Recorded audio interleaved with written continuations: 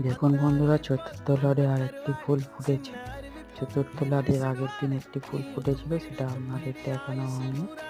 দেখুন বন্ধুরা, ফুলটাতে আমরা পরাগ মিলন করব চতুর্থ লড়ে, তাই এই অংশতে পেনগুলো লাগিয়ে নেব, পঙ্গগুলো ছাড়িয়ে নিয়ে। দেখুন এই সুরের মতো অংশটা হলো, এই অংশতে লাগিয়ে দিলাম। ব্যাস, আমাদের কাজ শেষ। রাত্রিবেলা পরাগ মিলন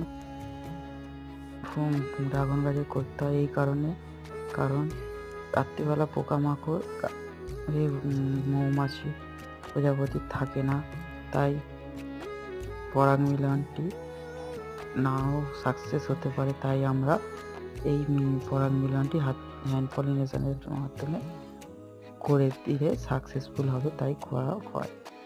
ভিডিওটি ভালো লাগলে লাইক করবেন, সাবস্ক্রাইব করবেন।